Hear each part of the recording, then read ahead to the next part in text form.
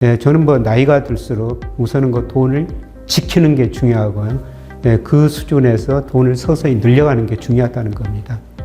그래서 저는 거시경제의 흐름을 알면은 이런 자산 배분을 잘 하면서 자기 돈을 잘 지킬 뿐만 아니라 안정적으로 늘려갈 수가 있다는 거죠.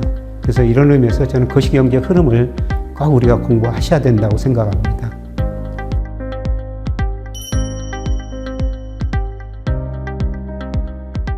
안녕하십니까. 김영희 경제스쿨 여러분. 제가 경제지표 개념도 자세히 좀 쉽게 설명드리려고 노력했고요. 그리고 경제지표가 발표될 때마다 동향을 분석해주고 앞으로 전망도 해드렸습니다. 그리고 그 뒤로 투자 동행이라는 걸 시작했는데요. 경제지표도 좀 더 쉽게 설명드리려고 노력하고 있습니다만은 또 여러분하고 더 가까이 지내면서 앞으로 경제가 어떻게 될 것인지, 그리고 특히 투자를 어떻게 해가지고 저하고 같이 동행할지, 이런 프로그램을 시작했습니다. 오늘은 돈이란 무엇인가? 제 어린 시절부터 쭉 한번 되새겨 보면서요. 제가 어떤 생각으로 돈을 가지고 생각했고 성장했는가, 그런 이야기를 좀 다루고 싶습니다. 제가 여러분한테 경제지표, 경제분석을 가능한 쉽게 말씀드리려고 그러는데요. 그래서 투자 동행이라고 이름 지었습니다만은, 제가 동료들하고 같이 가다 보면 발걸음이 굉장히 빠릅니다. 그리고 같이 등산할 때도 제가 너무 앞장서 가요. 혹시라도 제가 경제지표 설명하고 경제분석할 때 너무 앞장서 가지 않았느냐, 이런 우려도 제기됩니다. 그러나 여러분들이 경제지표를 계속 공부하다 보면은 제가 좀 빨리 걸어가도 아마 따라오셨을 거라고 생각하고요. 여러분이 그동안 조금 어렵다 그러면은 제가 발걸음을 조금 늦추도록 하겠습니다. 오늘은 좀 원론적인 이야기를 해보려고 합니다. 여러분 돈이라는 게 뭐라고 생각하세요? 제가 태어났을 때부터 우리 생활이 밀접하게 돈과 관련돼 있죠. 그래서 제가 성장하면서 돈에 대한 생각을 어떻게 해왔는지 그런 말씀 드리도록 하겠습니다. 제 어린 시절 굉장히 가난했습니다. 이번 시간에 다룰 돈이 없었던 거죠. 사실 제가 태어날 때만 하더라도 저희 집이 동네에서 부자였었어요. 할아버지 서당 훈장 선생을 하셨고요. 아버지도 면사무소에 다니셨습니다. 그 옛날에요. 그런데 할아버지가 돌아가시고 아버지가 두 동생들 교육을 시키는 일하고 사랑채까지 팔면서 그 이후로 제가 성장하는 동안 정말 가난했었죠. 얼마나 가난했냐면요. 초등학교 졸업하고 그때 중학교를 갔어야 했는데, 요새는 등록금이라는 게 없죠. 그런데 그때 등록금이란 제도가 있었습니다. 그 등록금이 없어가지고 초등학교 졸업하고 중학교를 못 간 거죠. 산에 남하로 다녔습니다. 그 당시 교복이 입고 싶었고, 그 다음에 공부하고 싶었죠. 그만큼 돈이 없었던 것입니다. 지금 제 꿈을 이뤘냐, 이런 질문을 하신다면요. 저는 많은 것을 이뤘다고 생각하고 있습니다. 제 꿈은 매번 달라져요. 제가 어렸을 때, 우리나라 문학전집을 많이 읽었었습니다. 그때 예를 들어서 황순원 씨 소설을 읽으면서 황순원 씨가 되고 싶었고요. 그 다음에 헤르만 헤세 책을 읽으면서 또 헤르만 헤세가 되고 싶었었죠. 그리고 경제를 공부하면서 칼럼을 쓰면서 정말 파이낸셜 타임즈에 마틴 울프라는 훌륭한 칼럼니스트가 있거든요. 그런 또 칼럼니스트가 되고 싶었었습니다. 그래서 제가 어떤 한 가지 되고 싶다 그런 건 없는데요. 저는 인생은 희망의 진행형이죠. 매번 희망은 성장하면서 바꿔지고 그 희망을 하나하나 이루도록 그런 게 제 삶이 아니었던가 생각합니다. 저는 내일 생각하지 않아요. 여러분 쿵우 팬더라는 그 이야기가 있죠. 그 영화를 보면 이런 이야기가 나옵니다. 어제는 지난 일이고 내일은 비밀이다. 오늘은 선물이다. 아침에 일어났을 때 저는 눈 뜨자마자 오늘 또 살아있구나. 오늘 최선을 다해야 되겠다. 그런 식으로 늘 살죠. 그러니까 제가 꿈을 이뤘다. 꿈이 계속 변해왔으니까요. 지금 꿈은 또 변할 겁니다. 그래서 그러나 그 꿈을 중간중간 이루었기 때문에 저는 스스로 제 삶은 반은 성공적이었다. 이런 말씀을 드릴 수가 있을 것 같습니다. 유년 시절 초등학교 졸업하고 중학교를 못 갔으니까 정말 공부하고 싶었죠. 그런데 그때 마치 교회에서 저같이 중학교 못 간 애들 데려다가 책상도 없는 마룻바에서 공부시켰습니다. 그래서 중학교, 고등학교 과정을 검정고시를 통해서 공부했죠. 그리고 대학 가야 되겠다 그런 생각이 들었었습니다.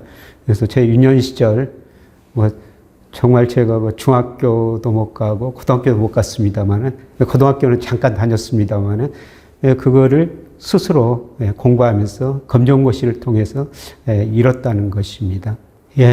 제가 가진 꿈은요, 그냥 돈 좀 벌어가지고 어머니 좀 편안하게 모시자. 그래서 아버지가 서당 선생을 하셨고요. 그 다음에 그 옛날 시절에 하모니카도 잘 불고 기타도 잘 치셨어요. 근데 그런 거 풍류 생활을 즐겼죠.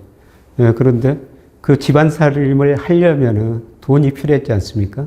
그 어머니가 논일도 하고 밭일도 하고 때로는 바느질도 하면서 돈을 벌으셔가지고 그나마 저희 생계를 유지할 수가 있었습니다. 그때 그 돈이라는 게 굉장히 중요하다 이런 생각을 하면서요.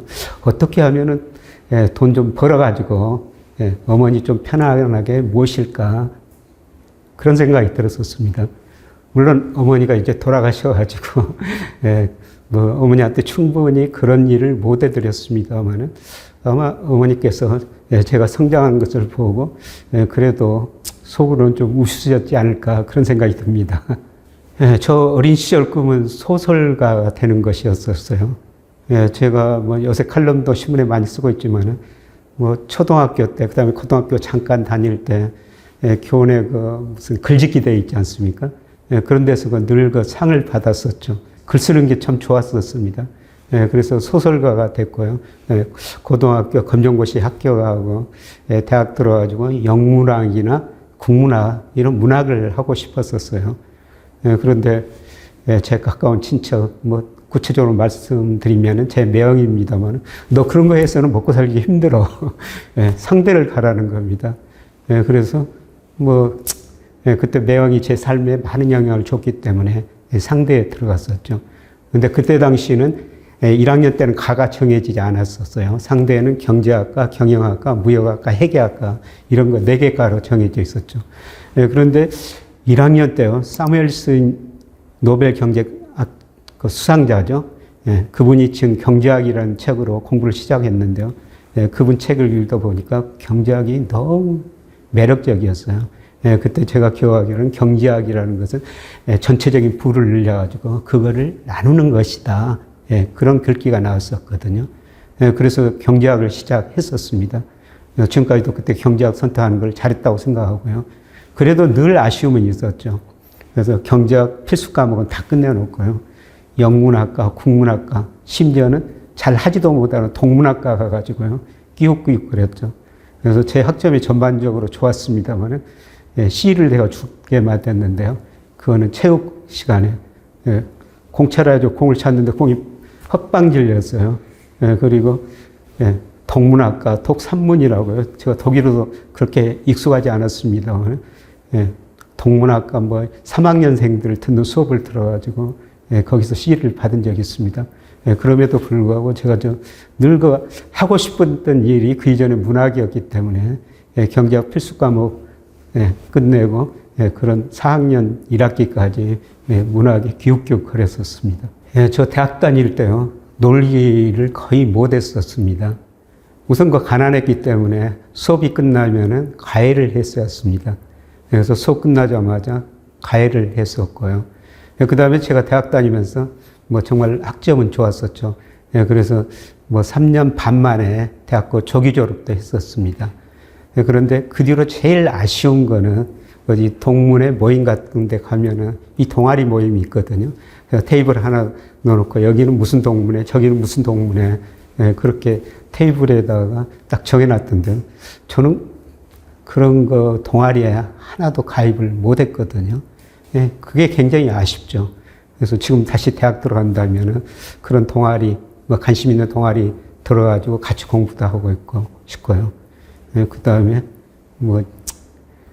미팅도 정말 한 번밖에 못했습니다만 그런 것도 지금 많이 하고 싶죠. 예, 제가 대학 졸업하고 3년 반 만에 졸업하고 바로 그 대학원을 났죠. 예, 그리고 대학원 졸업하고 예, 저는 대학 교수가 되는 게 꿈이었었습니다. 예, 그때 당시에는 석사학위만 가지면은 예, 지방대학교 교수도 할 수가 있었거든요. 예, 그런데 제가 군대를 안 갔다 왔어요. 예, 그래서 대학원 졸업하고 연구소에 근무하다가 29살 때 논산훈련소 사정으로 갔었습니다. 예, 그때 훈련소에 갔더니 제가 조교할 때 제 학생이 저 다음으로 나이가 많더라고요.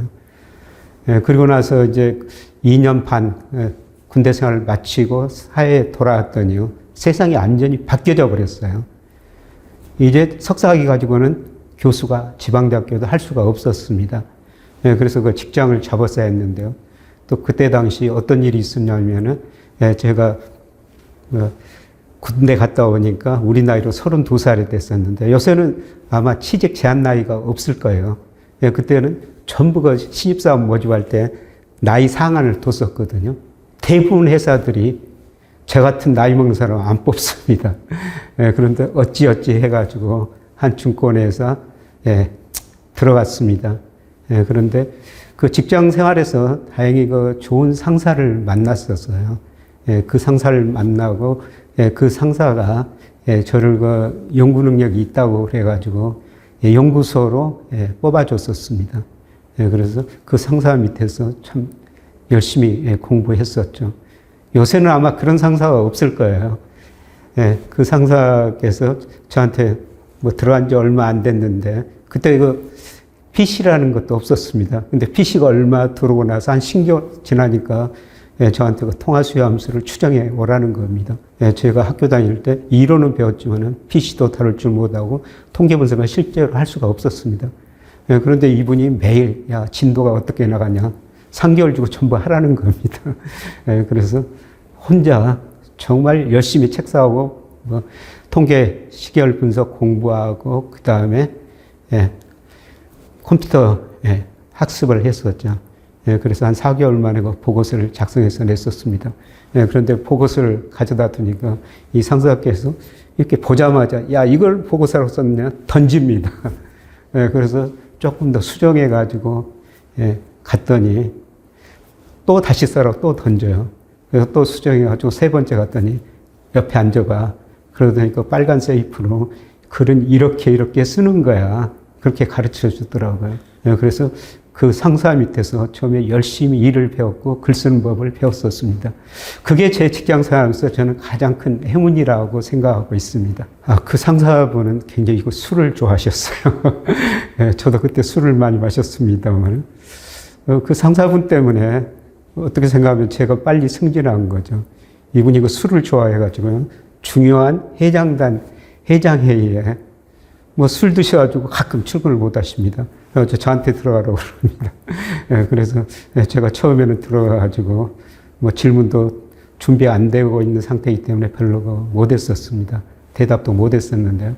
근데 늘 그 준비하고 이제 그 회의에 들어가다 보니까 뭐 회장, 사장들이 질문하는 거 제가 제대로 대답했더니 그때 그 회장한테 잘 지켜가지고 제가 승진했습니다. 그 상사가 제 롤 모델은 아니었습니다만은 제가 직장 생활하고 빨리 승진한테 큰 도움이 됐고요. 아까 말씀드렸습니다만은 제 롤 모델은 없어요. 모든 사람들이 제 롤 모델일 수가 있습니다. 제가 그 2006년에 그 프로로 산다는 거, 뭐 부끄러운 제 자서전 이야기입니다만은 그 책을 썼는데요. 저는 각 분야에서 뭐 모든 사람이 최선을 다하고 사는 사람들 프로라고 생각해요.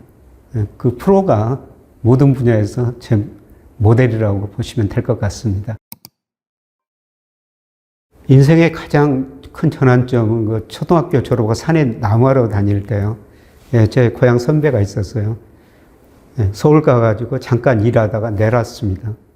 그러면서 저희 동료들, 그때 당시는 절반이 중학교를 못 갔습니다. 그래서 그 선배가 하는 이야기가 야 후배들아 공부해야 된다. 그러면서 상당히 멀어요. 산 넘고 산 넘어 가야 되는데 그 멀리에 교회 학교에서 무료로 공부를 시켜준다. 거기 가서 공부하자. 그래가지고 거기 가서 그 공부한 게 그 인생의 큰 전환점이 됐고요. 그 다음 앞서 말씀드렸습니다만은 또 제가 문학을 하려고 그랬는데 매형 때문에 경작을 했고요. 그게 인생의 전환점이었었습니다. 그리고 또 다른 전환점은 저는 돈 때문에 직장 안 바꾼다고 생각했어요. 특히 전 직장에서 그 회장, 사장 모든 분이 저를 아껴주셨거든요. 그런데 다른 회사에서 사장이 저한테 스카우트제를 했었습니다. 연봉을 굉장히 많이 준다, 자율권을 준다. 그래서 한번 이직했었습니다. 그래서 이직하면서 제가 그 새로운 삶을 살 수가 있었죠.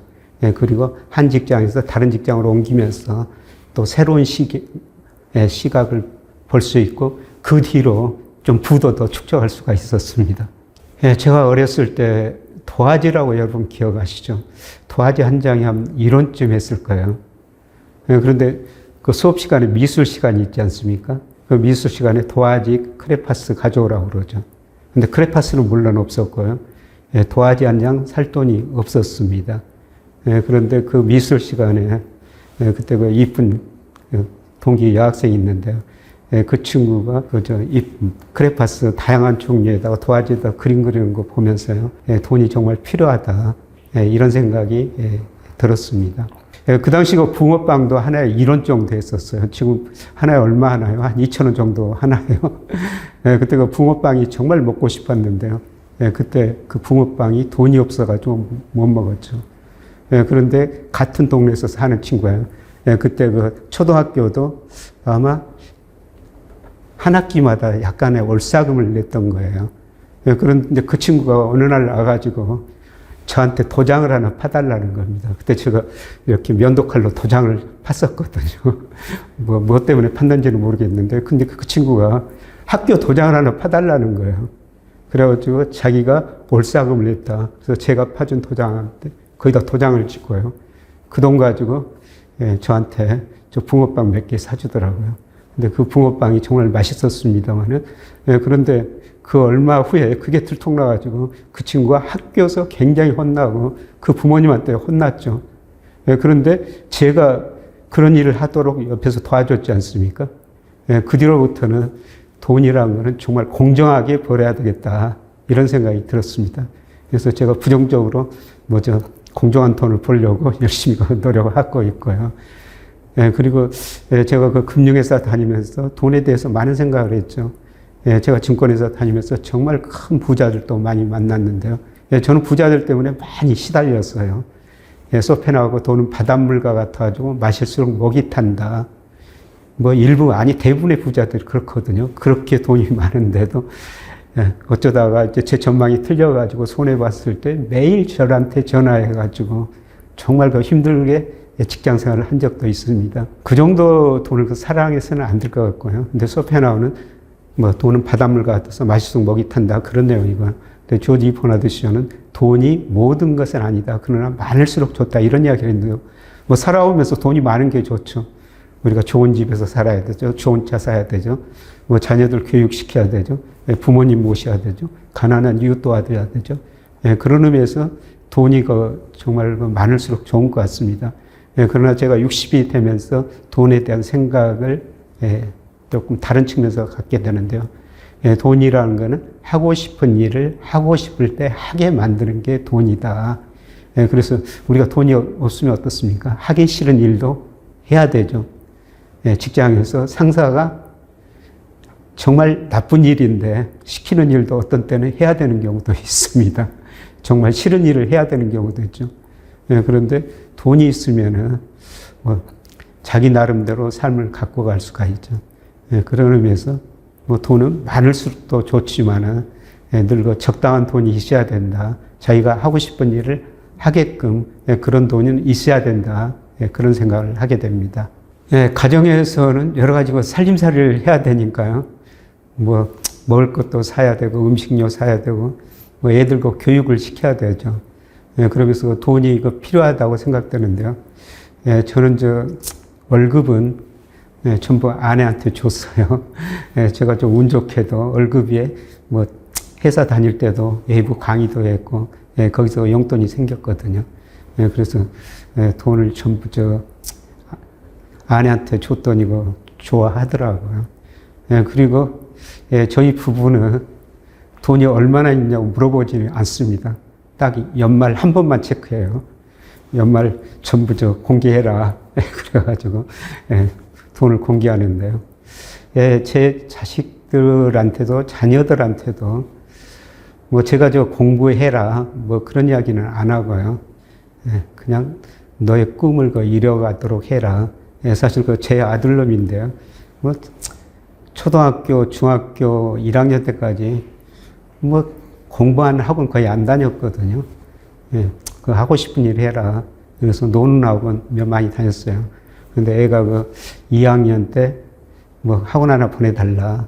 예, 그래서 그 학원 가고 스스로 인생을 개척해가지고 예, 지금 경제학 박사학위까지 지금 거의 따고 있습니다만, 예, 제가 단 한 번 예, 저희 딸한테 이런 이야기를 했어요. 예, 별로 그렇게 공부를 많이 안 했거든요. 예, 그래서 네가 공부해가지고 예, 대학 다닐 때 장학금을 받으면은 그 장학금의 2배를 주겠다. 예, 그런 제안을 했더니 공부를 하더라고요. 예, 그래서 그 다음 학기부터 좀 공부해가지고 좋은 성적 받아서 장학금을 받더라고요. 예, 그래서 예, 제가 돈을 2배로 예, 준 적이 있습니다. 뭐 아들한테도 마찬가지로 그런 약속을 했고요. 예, 그래서 뭐 가정에서 돈이라는 게 참 중요하죠. 예, 그런데 다행히 제가 뭐 회사 다니면서 계속 월급을 받았기 때문에 예, 제가 아주 좋은 집에서 살 수도 없었고 그 다음에 아주 좋은 차는 탈 수도 없었습니다.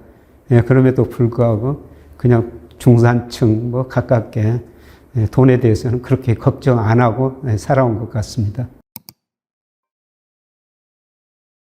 예, 우선 월급쟁이들은 돈을 모아야 되죠. 예, 돈을 모으려면 소비를 많이 줄여야 되지 않습니까? 그래서 일부 전문가들은 뭐 신용카드 다 없애버리고 체크카드만 가지고 있어라. 예, 이런 정도 전략해라. 뭐 젊은 사람들은 돈을 모아야 됩니다. 뭐 돈을 모으는 수단이 여러 가지가 있겠죠. 예, 예, 우선은 은행에 정기예금 들든지 뭐 채권형 펀드 들든지 주식형 펀드 들든지 이런 식으로 돈을 모아갈 수밖에 없고요. 예, 그런데 우선은 소비를 줄일 수밖에 없죠. 뭐 합리적인 예, 소비를 해야 된다는 겁니다. 예, 그게 돈을 모으는 가장 중요한 일이고요. 예, 그리고 금융을 공부해야 돼요. 예, 금융민주주의라는 단어를 제가 많이 쓰고 있습니다만 금융을 공부해서 금융으로 부를 늘려야 된다는 겁니다. 뭐 제 주변에도 뭐 친구들이 많은데요. 금융을 잘 아는 사람들은 뭐 직장에서 돈 벌고 금융으로 지금 부를 많이 늘린 사람들이 있거든요. 예, 그런데 금융을 모르는 사람들은 월급 또박또박 받아가지고 뭐 그런 저축 형태로 예, 돈을 불려놨죠. 공무원연금, 뭐 퇴직연금, 국민연금 이런 게 받으면서 지금 뭐 다 거의 다 제 친구들은 은퇴했는데요. 뭐 생활하는 데 문제가 없는 것 같습니다. 예, 그런데 예, 연금 가지고 우리가 남 밥 사줄 여유도 별로 없죠. 예, 그런 의미에서 예, 저는 직장 생활하면서 예, 열심히 일해가지고 승진하면서 연봉도 많이 받고 그 돈을 소비를 합리화하면서 저축을 해야 된다는 거죠. 그런데 그 저축을 잘하려면은 예, 금융을 공부해야 된다는 겁니다. 예, 그렇게 되면 나중에 부의 격차가 예, 굉장히 커지게 되는 거죠. 근데 제 친구들 뭐 초등학교 뭐 친구들 보면은 뭐 금융을 제대로 공부한 사람이 없습니다. 예, 각 분야에서 뭐 직장 생활하면서 공무원 생활을 하면서 예, 지금 그때 모아둔 돈, 예, 그 다음에 뭐 국민연금, 국민연금 받으면서 예, 생활하고 있죠. 예, 그런데 그분들이 전혀 불행해 보이지는 않아요. 예, 친구들 가끔 만나면 더 행복해 보이거든요. 거기에 맞게 생활하면 된다는 겁니다. 예, 그래서 돈이 모든 것은 아니다. 그런 생각을 하는데요. 예, 그런데 뭐 제가 대학교 친구들 보면은 그때 금융을 미리서 공부해가지고요. 지금 굉장히 큰 부를 누리는 사람이 있어요. 예, 집도 지금 굉장히 좋은 데서 살죠. 예, 저는 예, 부자들이 이런 데서 살구나. 예, 그거를 그 친구 집 가서 예, 느끼고 있습니다. 예, 그리고 예, 뭐 제 증권회사 입사 동기 예, 이거 농부 투자자로 그러는데요. 박모 대표라고 있습니다. 굉장히 어렵게 공부했었죠. 그런데 뭐 증권회사 들어가지고 금융을 알아가지고 지금 엄청난 부자가 됐지 않습니까? 그런데 누가 더 행복한지는 잘 모르겠어요. 금융을 몰랐던 사람들, 그 다음에 차근차근 월급 모아가지고 저축하고, 그 다음에 공무원연금, 뭐 국민연금, 뭐 연금 받으면서, 뭐 그 친구들도 지금 뭐 행복하게 하거든요. 그런데 조금 여유는 없죠. 뭐 지갑을 함부로 열 여유는 없다는 것입니다. 그러나 금융을 알고 금융으로 부를 축적한 사람들, 아까 제 친구 중 한 친구가 굉장히 좋은 집에서 산다고 말씀드렸습니다만, 그 친구 보면은 늘 자기가 지갑을 먼저 열어요. 그리고 많은 사람들한테 그렇게 또 기부도 하고 밥도 사주고 그런 거죠. 그래서 저는 저 금융을 알아가지고 조금 더 돈을 늘려가지고 나중에 조금 더 사회에 봉사하고 뭐 친구들 밥도 많이 사주고 그런 의미에서 금융을 아는 게 좋지 않을까 그렇게 생각합니다. 제가 뭐 금융회사 다니면서 부자들을 많이 만났는데요. 대부분의 부자들이 시대에 당하지 말자 이런 이야기를 합니다. 개인한테 당하면 일부 자산을 잃을 수가 있고 시대에 당하면 모든 자산을 잃을 수가 있죠. 그래서 저는 거시경제 흐름을 알아야 된다는 겁니다. 그래서 코스피가 3,300에서 얼마 전에 2,135까지 떨어졌지 않습니까? 이때는요, 대부분의 종목이 다 떨어져요. 아무리 좋은 종목이라도 같이 떨어지죠. 그래서 시대의 흐름을 아셔야 된다는 겁니다. 그리고 우리가 이런 거시경제 흐름에 따라가지고 자산 배분이 더 중요하죠. 투자 순위 주식만이 아닙니다. 주식도 있고, 채권도 있고, 그 다음에 뭐 현금, 예금, 그 다음에 뭐 대체 투자, 금 같은 거, 뭐 국제 원유, 곡물 같은 거 이런 거 다양한 투자 수단이 있거든요. 거시경제 흐름을 알면은 그런 자산을 적절히 비중을 조절하면서 돈을 늘려갈 수가 있다는 겁니다. 저는 뭐 나이가 들수록 우선은 그 돈을 지키는 게 중요하고요. 그 수준에서 돈을 서서히 늘려가는 게 중요하다는 겁니다. 그래서 저는 그 거시경제의 흐름을 알면은 이런 거 자산 배분을 잘 하면서 자기 돈을 잘 지킬 뿐만 아니라 안정적으로 늘려갈 수가 있다는 거죠. 그래서 이런 의미에서 저는 거시경제 흐름을 꼭 우리가 공부하셔야 된다고 생각합니다. 인생에 늦은 거라는 건 없죠. 제가 요새 하도 더워가지고요. 강화도에서 주말에 갑니다만은 뭐 더위를 피하러 도서관에 가요. 참 좋더라고 시원하고 그리고 제가 읽고 싶었던 소설책도 있고 각종 문학책도 있고 가보니까 제 책도 거기가 6권이나 있던데요. 그래서 그 도서관에 가면서 뭐 자리를 잡으려고 이쪽 저쪽 돌아다니는데 어르신들이 공부를 많이 하시더라고요. 그래서 무슨 공부하는지 봤더니요. 어떤 분은 무슨 자격증 공학 공부하고 어떤 분은 부동산 공부하고 어떤 분은 회계 공부하고 그 어르신들이 공부를 많이 하신다는 겁니다. 저는 공부에 나이 제한이 없다고 생각하고 있고요. 그리고 나이가 들수록 정말 그 자산 배분이 중요합니다. 그래서 나이가 들수록 자기 자산 지키고 안정적으로 자산을 늘리기 위해서는 거시경제의 흐름을 꼭 아셔야 된다고 생각합니다. 제가 2년 동안 유튜브를 해왔고요. 그 다음에 어스얼라이언스 그 플랫폼을 통해 가지고 경제 강의도 많이 했어요. 그런데 지난 2년 동안 그렇게 경제 기본 개념을 많이 설명해 주고 분석해 드렸더니 이제는 경제 공부 정말 많은 사람들이 하시고요. 웬만한 경제 지표는 다 이해하신 것 같습니다. 그런데 그거를 이제 현실에 어떻게 적용하느냐, 그게 더 중요하죠. 그래서 제가 그 경제 기초 개념은 다 그 설명을 드렸으니까요. 이제 그런 경제 지표의 흐름에 따라 가지고 그거를 구체적으로 자산 배분에 어떻게 구체적으로 연결시킬 것인가, 그거를 한번 해보고 싶어요. 그래서 지금 어스얼라이언스하고 저하고 다양한 프로그램을 준비하고 있습니다. 그래서 경제 지표만 알았더라도 그걸 구체적으로 행동에 옮겨야 됩니다. 그래서 행동에 어떻게 같이 옮기고 그래서 안정적으로 부를 늘려갈지, 그래서 제가 투자 동행이라는 이름을 지었습니다만 이런 식으로 투자의 구체적인 동행을 같이 한번 해보고 싶습니다. 예, 제 그 유튜브 구독자를 보니까 뭐 10대, 20대는 거의 없더라고요. 예, 주로 40대, 50대, 60대 이런 분들이 많죠. 예, 사실 우리 부를 이분들이 다 많이 가지고 계시지 않습니까? 근데 이런 분들이 뭐 수명은 거의 100세까지 아마 사실 겁니다. 예, 그렇게 오래 사시는데 나이 들어서 은퇴해서 조금 더 여유 있게 사시려면은 준비를 하셔야 되죠. 예, 그래서 예, 제가 뭐 40대, 50대, 60대 이런 분을 대상으로 조금 더 경제지표 쉽게 설명을 드리고요. 예, 그리고 사실 연령별로 자산 배분 다시 차이나게 해야 되죠.